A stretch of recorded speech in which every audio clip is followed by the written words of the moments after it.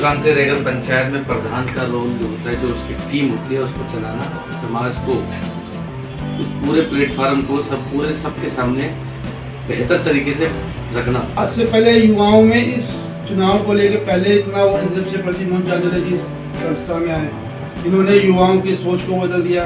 समाज के अंदर आज युवा इतना बढ़ चढ़ कर हिस्सा ले रहा। आज से पहले युवा इस तरीके का कोई भी एक्टिविटी, आज हर युवा को पता है, बच्चों को पता है, घर के अंदर पता है कि दिल्ली प्रांतीय रैगर पंचायत की कोई संस्था है और वो किस तरीके का काम करते हैं, क्या क्या उसने ये काम किया है।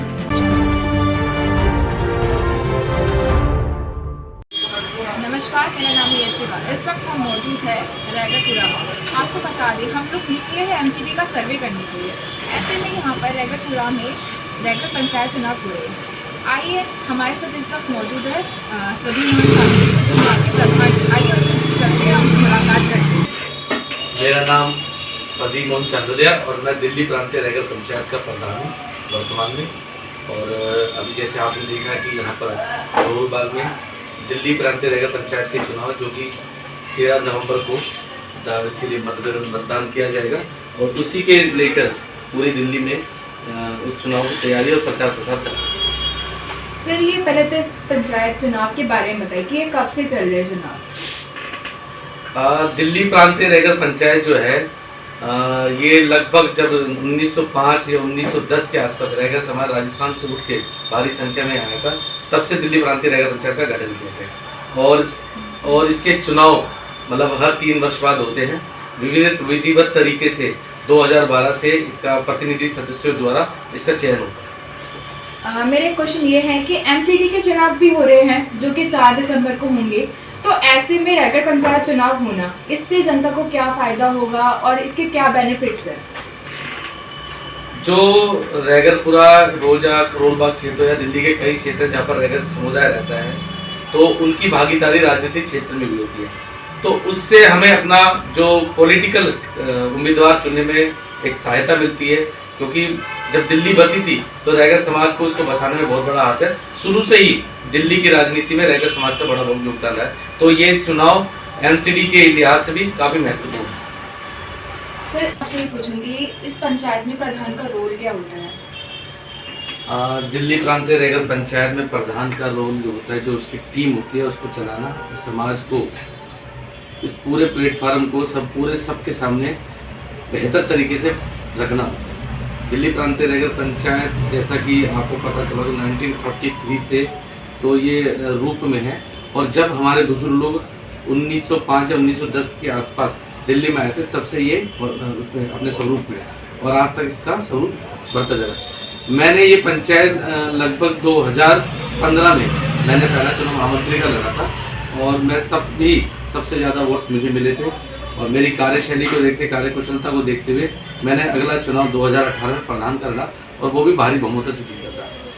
तब इसकी जो मेंबरशिप थी, ये प्रतिनिधि पे होता है, इसकी मेंबरशिप 672 थी जब इसका पहला चुनाव हुआ था 212 में। 2015 में हुआ 1142 पे, और जब 2018 में था 3156 में। आज वर्तमान में जो इसका चुनाव होने जा रहा है वो 5107 पे होने जा रहा है।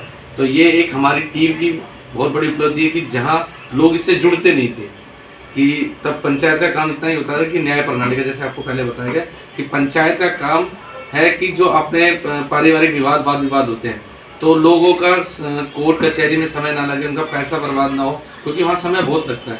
तो हमारा ये प्लेटफॉर्म है पंचायत का सामाजिक न्याय करने का, तो वो पंचायत अपना करती है।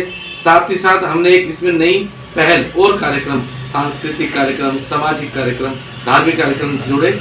और इसमें एक जो सबसे बड़ा, पहले पंचायतों में महिलाओं का रोल नहीं होता था, तो जब से मेरा और मेरी टीम आई है, तो हमने इसमें महिलाओं की भागीदारी, महिला सशक्तिकरण के तहत इसमें बढ़ाई है। और एक जो सबसे अच्छा काम जो हमारी पंचायत ने, मेरी टीम ने, मेरे साथियों ने साथ मिलकर किया, वो है शिक्षा के ऊपर। और उसको हमने न सिर्फ रैगर समाज तक सीमित करके हमने बुक बैंक की स्थापना की, जिसमें लोग अपनी ज़रूरत के हिसाब से बुक्स, किताबें ले जाते हैं, दे जाते हैं। कई बच्चों को होते हैं कि वो अफोर्ड नहीं कर पाते, और ये बुक बैंक हमने सिर्फ रैगर समाज के लिए नहीं, सब समाज के लिए रखा। और उसमें इस बुक बैंक की जो से लोगों को मदद मिली, इससे सहायता मिली, वो सब समाज को मिली, पर्टिकुलर एक जाति को ना के सब जाति के लिए। तो इसमें सब समाज, सामान्य समाज, पिछड़ा समाज, जो गरीब समाज है, सबको वैल्यू मिला।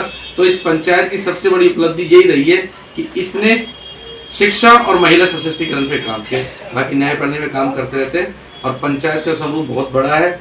और अभी जिस हिसाब से आपने देखा है कि करोल बाग में, क्योंकि वोट पूरी दिल्ली के हैं, पूरी दिल्ली से लोग इसमें वो मतदान करने आते हैं, तो लोग बड़े पैमाने पे इसमें मतदान करेंगे और बहुत बड़े पैमाने पे लोग इसमें इस मतदान में, इसमें चुनाव में भाग लेते हैं।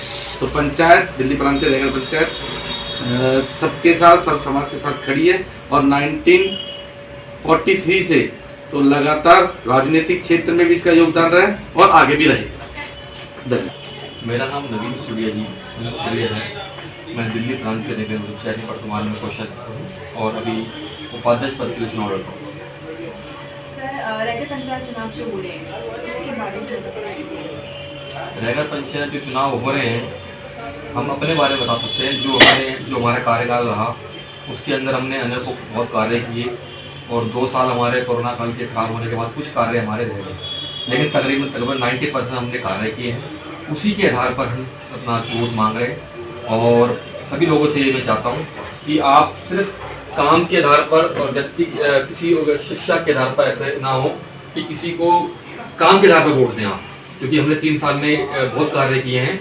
शिक्षा को लेकर कार्य किया, धर्मगुरु ज्ञानगुरु महाराज जी की अपनी शोभा यात्रा हो गई, अम्बेडकर जी की आ रही, ऐसे बहुत से कार्य हैं जो पिछली भी जितनी पंचायत रही हैं इतिहास में कभी नहीं हुए, वो पहली बार हमने वो करके दिखाए। मेरा नाम गोपाल कृष्ण तिवारी है। मेरे पिता का नाम श्री ओम प्रकाश तिवारी है। मैं पिछले कार्यकाल में प्रदीप मोहन चालीसा जी टीम में मंत्री रखते रहा और मेरे पिताजी दिल्ली प्रांतीय रैगर पंचायत के पूर्व प्रधान है। सर, एमसीडी चुनावों के बीच में रैगर पंचायत चुनाव होना ये अलग है, अलग किस्म के चुनाव हो रहे हैं। इससे जनता को क्या फ़ायदा होगा और इसके क्या क्या नतीजे हैं, मतलब इसके बारे में जनता को बताएं। जैसा कि अगर हमारे समाज के चुनाव होते हैं, पहली बात तो करोल बाग के अंदर जब भी चुनाव होते हैं, अगर रैगर समाज का नाम लिया जाए तो सबसे पहले जो पहला स्थान दिया जाता है रैगर समाज के लोगों को दिया जाता है, क्योंकि यहाँ पर हमारी बहुल्य संख्या है और राजनीतिक क्षेत्र में भी यहाँ के लोग काफ़ी मजबूत है। अगर हमारा समाज के अंदर चुनाव होता है और हम जीत के आते हैं तो हर राजनीतिक पार्टी का हम लोगों पे काफ़ी असर छोड़ेगा और हर राजनीतिक पार्टी हम लोगों से संपर्क करके अपने चुनाव में हमसे फ़ायदा लेने की कोशिश करेगी। क्या चुनाव यहाँ सिर्फ करोल बाग में ही होते हैं या फिर और भी क्षेत्रों में होते हैं? ये जो चुनाव हमारे समाज के होते हैं पूरी दिल्ली के अंदर होते हैं। ये पूरी दिल्ली की संस्था है, ये दिल्ली प्रांतीय रैगर पंचायत हमारे बुजुर्गों ने सन 1943 से भी पहले बनाई थी, लेकिन जो ऑन रिकॉर्ड हमारे पास है तो ये 1943 का हमारे पास है और 1943 से संस्था चल रही है। हमारे बुजुर्गों ने चलाई, अब हम युवा शक्ति है और हम लोग आगे आए तो हम कोशिश कर रहे हैं इसको आगे और भी अच्छा रूप देने की और अच्छी तरीके से चलाने। इस चुनाव से युवाओं के अंदर मतलब क्या फ़ायदे होंगे उसके बारे में थोड़ा? आज से पहले युवाओं में इस चुनाव को लेकर पहले इतना वो जब से प्रदीप मोहन चालीसा जी संस्था में आए, इन्होंने युवाओं की सोच को बदल दिया। समाज के अंदर आज युवा इतना बढ़ चढ़ कर हिस्सा ले रहा है। आज से पहले युवा इस तरीके का कोई भी एक्टिविटी, आज हर युवा को पता है, बच्चों को पता है, घर के अंदर पता है कि दिल्ली प्रांतीय रैगर पंचायत की कोई संस्था है और वो किस तरीके का काम करती है और क्या क्या उसने काम किया है। हर आदमी के दिमाग में आज दिल्ली प्रांतीय रैगर पंचायत का चुनाव लड़कर जीतने की एक अभिलाषा है और उस पटल पर बैठकर कार्य करने की एक इच्छा है। फिर ये जो चुनाव होंगे 13 नवंबर को, उसमें कौन कौन सी पार्टियां खड़ी है और इस चुनाव में मतलब किसकी उम्मीद है जीतने की? जैसे मतलब पार्टियां जो इसमें खड़ी है, इसमें समाज के चुनाव में कोई पार्टियां नहीं होती, सभी लोग हर पार्टी का हर बैनर के साथ खड़ा होकर चुनाव लड़ सकता है। इसमें पार्टी का इतना कोई महत्व नहीं होता, क्योंकि ये समाज का चुनाव समाज के लोगों के द्वारा लड़ा जाता है। इसमें पार्टी का इतना महत्व, हाँ यहाँ से एक प्लेटफॉर्म मिल जाता है। जो भी अगर राजनीतिक क्षेत्र में जाना चाहता है तो इसको एक प्लेटफॉर्म मिल जाता है कि भाई अपने आप को एक मजबूती से आगे जाकर पेश करने के, भाई मैं समाज में जाकर इतने साल काम किया और इस तरीके से मैं रहा, उसके साथ समाज के जुड़ाव कितना है, इस चीज़ का भी बड़ा असर पड़ता पार्टी है। नाम बताया और अपना परिचय। मेरा नाम रविशंकर देवता है। मैं दिल्ली प्रांतीय रैगर पंचायत का पूर्व मीडिया प्रभारी हूँ और एज ए सोशल वर्कर काम करता हूँ। सर, ये रैगर पंचायत चुनाव हो रहे हैं उसके बारे में बताएं। दिल्ली रैगर पंचायत के बारे में चुनाव हुए हमारे, ये हर 3 साल बाद में होते हैं। और दिल्ली प्रांतीय रैगर पंचायत के बारे में पहले आपको मैं बताना चाहूँगा, हमारी आज़ादी से पहले ये संस्था चल रही लगभग 19वीं सदी के अंदर ही। रजिस्ट्रेशन इसका 1943 में हुआ था, लेकिन उससे कम से कम 40 साल पहले से काम कर रही है। रैगर समाज के उत्थान के लिए, उनके कल्याण के लिए, बांधने के लिए और समाज की भलाई के लिए ये संस्था काम करती है। काफ़ी सारे काम हैं जो पंचायत अपने कार्य करती है। इसमें प्रधान का क्या रोल होता है, इसके बारे में बताइए। इसमें दिल्ली प्रांतीय रैगर पंचायत के जो प्रधान है वो, जैसे आप समझते हैं, एक पंच की भूमिका होती है। जैसे हमारे पंच परमेश्वर होते हैं, ये पंच हमारे समाज के वही पंच परमेश्वर हैं।